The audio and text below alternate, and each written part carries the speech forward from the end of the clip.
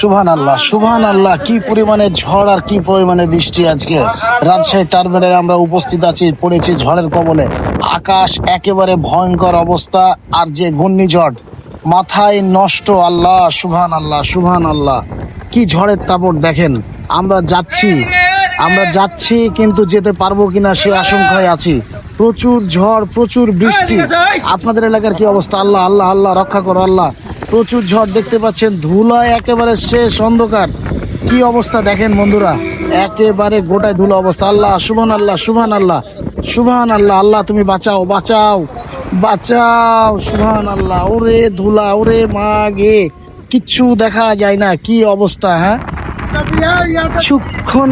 কিছুক্ষণ আগে গরমের তাপদহে আমরা অতিষ্ঠ ছিলাম, অথচ দেখা যাচ্ছে যে আধা ঘন্টার মধ্যেই এই ঝড়ের সঙ্গে কিছু মেঘ এসে আমাদের হৃদয়কে শীতল করে দিল। আলহামদুলিল্লাহ, আমরা প্রাণেও বেঁচে গেলাম, ঝড়ে সেরকম কোনো ক্ষয়ক্ষতি হয়নি। অসংখ্য ধন্যবাদ ভিডিওটি যারা এতক্ষণ ধরে আমাদের সাথে দেখলেন।